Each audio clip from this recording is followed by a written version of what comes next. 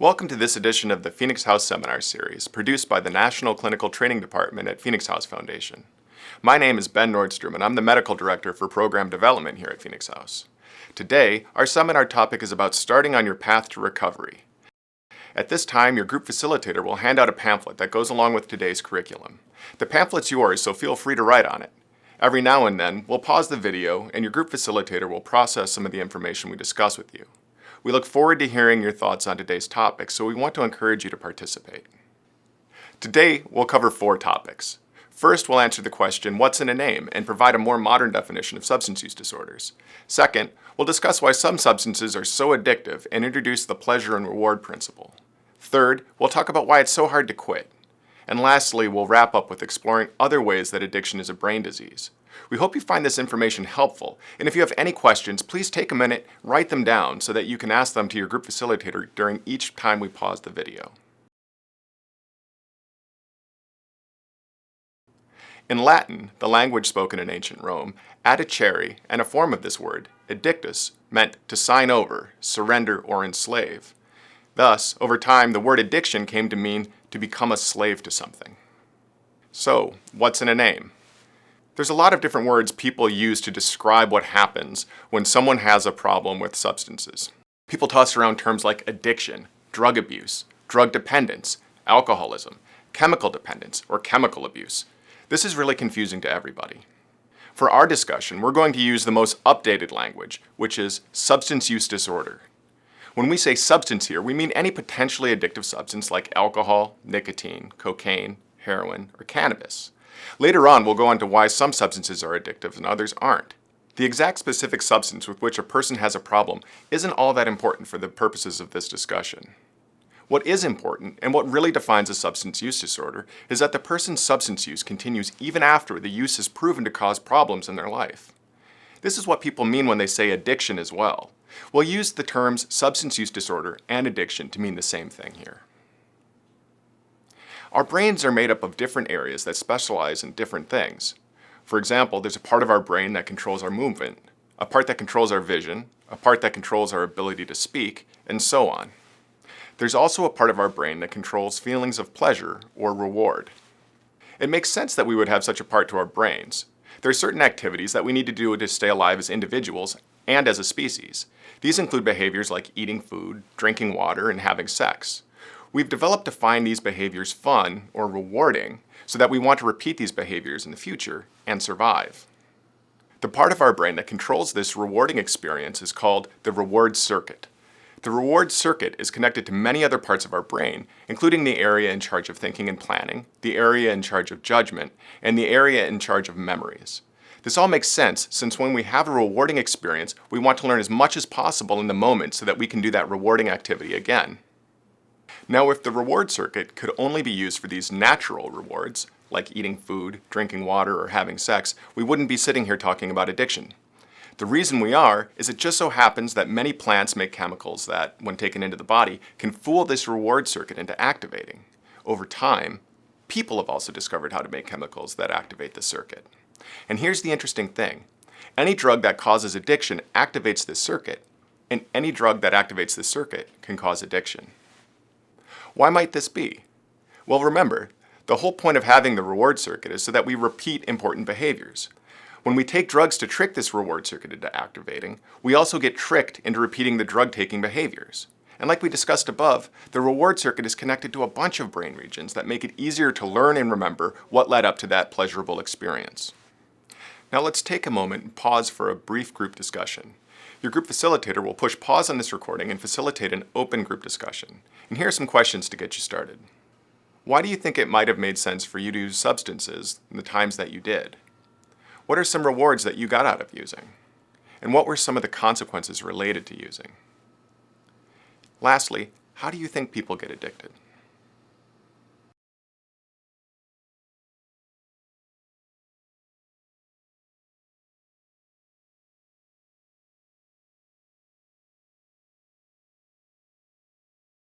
One reason that quitting can be hard is that the reward experience caused by substances is much, much larger than the reward experience caused by natural rewards, like eating or sex. Our brains never developed to deal with these unnaturally huge rewards. In the same way that your body can get tolerant to a substance, your body can develop tolerance to the reward experience itself. This means that the larger doses of the substances need to be taken to get that same feeling, or that the regular amount that you used to use no longer produces the same high. At the same time as your body gets tolerant to the unnaturally large reward experience the substance causes, the body is also building up a system to turn off the reward circuit. Your body has multiple systems designed to stay in check. For example, when your body temperature gets too high, your brain tells your body to start sweating to cool it down. In order to stay in balance, when you have that too large reward from the substance use, your brain tries to counteract this with an unnaturally large signal to stop the reward. When the substance wears off, you feel that strong anti-reward feeling with lots of low mood and irritability. If you then try to use a natural reward to make yourself feel better, you might notice that it just doesn't work. This is because you have gotten so used to the unnaturally large reward from the substance use that the smaller rewards from things like a good meal or working out are too small to make a difference. In order to feel normal, the substance is used to produce that unnaturally large reward, which then makes the tolerance and the anti-reward experience worse, and you get caught in a vicious cycle, or a downward spiral. This is caused by real changes in the brain, and this is why we say addiction is a brain disease. Let's take a moment to watch these personal stories about how people just like you and me have lived with addiction in their lives. I had been up for, I think, about 7 or 8 days, and I couldn't get to sleep, and I had to be to work in like 5 hours, 6 hours. And Travis told me that if I did a little bit of heroin, that it would take the edge off, and that I would come down and go to sleep and be able to wake up and be fine. So she asked if she could do a shot. I said yeah, and I put like maybe $3 worth of heroin, and she didn't tell me she was allergic to opiates. So when I gave her the shot, she overdosed. He'd barely put like 2 cc's in my arm already, because I had him do it for me, and it didn't feel right. And I told him, I was like, something feels wrong. When the police came, the first responders were 2 police officers, and when they got here, she was dead.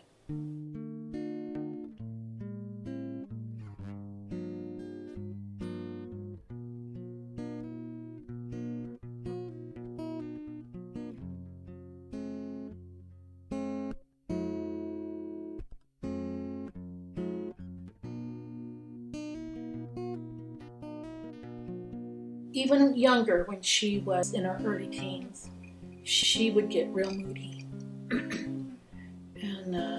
And I don't know if that had anything to do with it. I don't know if she was unhappy or what was going on, but she would get really moody. We noticed a real change when she got to be about, I don't know, before she was 18. She was in a thing at church, Christmas program. There was no writing on the wall of what was going to happen, what was coming on. Travis growing up he was actually a shy kid. I mean, he was quiet, reserved. He was always very tall for his age and bigger than the other kids. However, he was very, very kind, very gentle. Travis was always the guy that says, I love you. He was always the hugger. He never, he was just a touchy guy. He is the kind of kid that when he had his friends around and we'd go to church, he would say, hey Mom, you got to get them saved. They need to come to church. And before they'd even get out of the car, they'd have to pray. And that's the kind of guy he was. I first started using heroin. It was right after my divorce. I was taking pain meds and stuff from an accident for my back, but after my divorce and not seeing my son and her getting remarried and stuff like that, it kind of destroyed me because I've always wanted to be married and have a family. I couldn't really keep that together. So some so-called friends introduced me to heroin, and started from there. I started shortly after Travis and I met. So I was 19 at the time, I think, just shortly after my 19th birthday. I remember just the tingles I would get through my whole body, the top of my head, the burning sensation, and then my eyes kind of just rolled in the back, and I wasn't depressed anymore. I actually felt pretty good. I felt like I was floating, and Even when I first started doing it, I'm like, wow, this is what it is. Like, I thought I was like Gandhi, all these realizations, like, I could hear the birds and I could, see the wind blowing and all this stuff. And I was like, this is what it's like.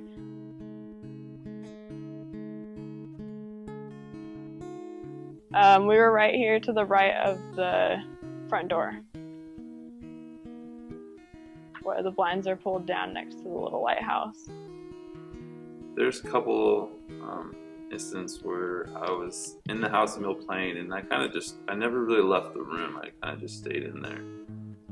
There was a lot of times about suicide and stuff like that, and I remember getting some heroin, and I had quite a bit, and I was thinking about just doing a really big shot to see if I would go out. I remember getting a text from Pastor Bill, and we were texting, but when we were texting, I looked out the window and he was there at the house. I remember him knocking on the door, but I never answered it. I knew they were in there. Just told them, through the door, we're ready to help you if you're ready. They didn't answer the door. Well, you want to help, and you would love for them to just walk out and say, okay, this is what we're going to do. Let's go get clean. But it's not that easy. It really is their choice. I remember doing the shot, and it didn't do anything. I was upset, but I was relieved. It's kind of a weird feeling that you get when you're thinking about, like, oh, it could kill me. But then when you do the shot and it doesn't even really get you high, I really believe, from my parents and my church and everybody praying for me and stuff like that, God's hand was over my life. I really believe that, because usually the shots I was doing would kill somebody. I believe in divine intervention. I believe his parents are praying for him. We're all praying for him. I actually had a dream that he died with a needle in his arm shortly after I met Travis. And I went to him and shared that with him. And I told him, you really, it's not like I'm some kind of prophet or something, but that was a weird situation for me. And I told him, I said, you need to take this seriously. At first it was the numbness I got from it, to where I didn't think about my past. Then it got to just the point of buying it and cooking it up. And it sounds weird, but I would almost get that high as I was loading my syringe up before I injected it.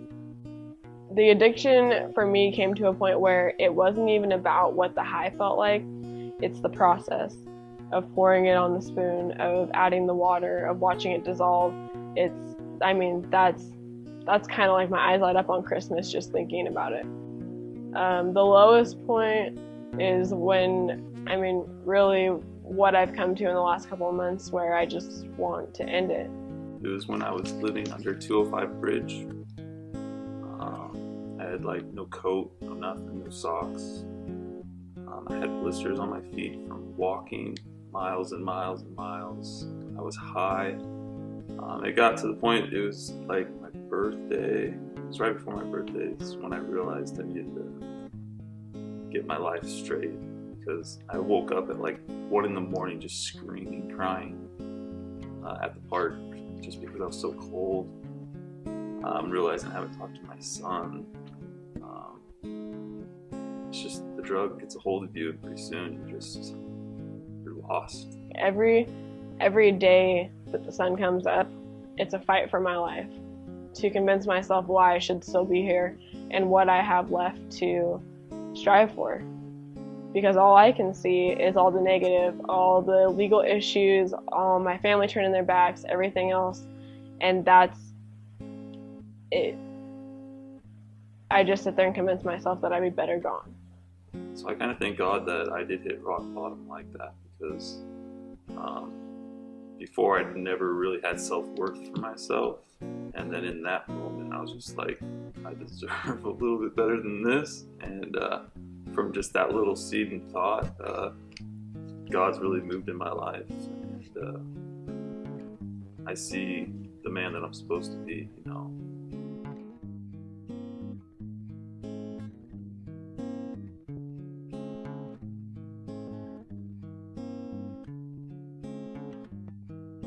Until people really reach their bottom, it's hard for them to succeed until they really get sick and tired of doing the deal. And once they get there, and there's that sense of urgency that I don't want my life to be like this anymore, then that's probably at the point where we can help them the most. I see growth in Travis. He wants more than anything else to beat this. And so I really feel like he's going to make it. My son he's the one that keeps me going. I mean, he'll walk up to me and tell me that he's proud of me, and he's not really sure why, but he can tell that I'm happy and that I wasn't happy before. I wake up every day smiling, just knowing that he's going to call me or I'm going to call him and see him. And it's sad how that drug can take your vision or your heart away from even important family members as your children. There was a time when I had to choose Parker over Travis as a grandparent. And that's a really hard time because Travis, you know, Parker is just a little boy. And Travis knew that I would, you know, help take custody away, that I would do whatever I had to do to protect Parker from Travis's self-destruction. Now that I see him with Parker, Travis is an amazing dad. I mean, he loves his son with all his heart. And I think that if it weren't for Parker, Travis, we would have already buried him. And then I'm just thinking like, oh my gosh, like I miss that feeling. And then I start thinking about my son, and I start thinking about, you know, I got my license back, and, you know, jobs are coming. I'm finally getting on my feet again. And so it erases that. And usually when thoughts like that come up, I'll either sit down and I'll open my Bible, or I'll start praying, or I'll call somebody for support. I'm not really in contact with Mandy. My wife's more involved with her. She chats back and forth on Facebook and texting. And I think Mandy's, I think she wants to do it. I think she's still sort of out there a little bit. I can't take a lifetime of this. I have too many dreams, too many goals for myself. I have, you know, ambition. There's things that I want to accomplish in my life. And right now, I don't even know if I have a family. I wanted to have kids and be married by now. I wanted to be a heart surgeon. But because of doing drugs, my hands don't stay steady, so I don't want to be that, you know, oh, whoops, we lost another one. So I want to be an ER nurse. And that really came into play when I overdosed, because I had thought about it for a while, but hadn't really decided. And then the nurses that I had encounters with while I was in the hospital in 2011, they are what made me decide so quickly overnight. I was like, that's what I want to do.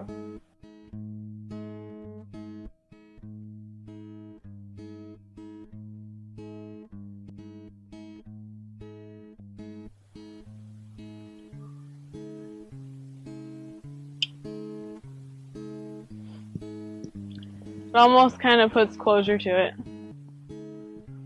what we just did. So there's like a lot of hurt happened in that house, and a lot of things to each other. So it's kind of good.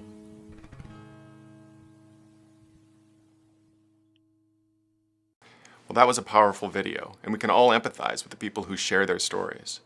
They must be really brave to allow someone to broadcast their stories to strangers like us. But I'm glad they had the strength to do so that we can all benefit from their experiences. Now, we would like this group here today to answer some of the questions brought up in the video. Please feel free to circle up and share when was the first time you tried to stop using substances, and how did you do at quitting? What worked and what didn't? And share if you can relate to any of the stories you just heard. We want to encourage you to be brave with each other so that you can develop strong support systems that can keep us accountable in the future.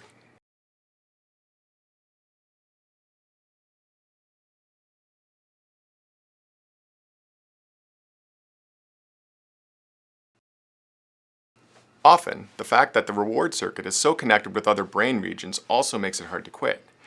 The brain takes in as much information as possible when that reward circuit goes off, like how you feel, where you are, who you're with, the time of day, and the different sights, smells, and sounds going on around you. These bits of information are called cues, because when they're encountered in the future, they will be cues or signals to your brain that conditions are right to repeat the reward experience. This is what sets up craving for the reward experience and craving for the drug. When these cues cause cravings, they're called triggers. Sometimes triggers are feelings, things like anger, boredom, frustration, shame, fear, or pain. These are called internal triggers because they are from inside you. Sometimes triggers are from outside of you and can be things like people, places, or things that your brain has remembered too well because they were paired with that unnaturally large reward that comes from substance use. These people, places, and things are called external triggers because they're outside of you. Thank you for listening to today's seminar and for your active participation. We want to encourage you to continue the dialogue started here today, and please discuss any relevant information with your individual or group counselor. We are here to help. And remember, as Gandhi said, we cannot in a moment get rid of the habits of a lifetime. Thank you for letting Phoenix House join you on your road to recovery. We're truly honored to partner with you on this journey. Be well.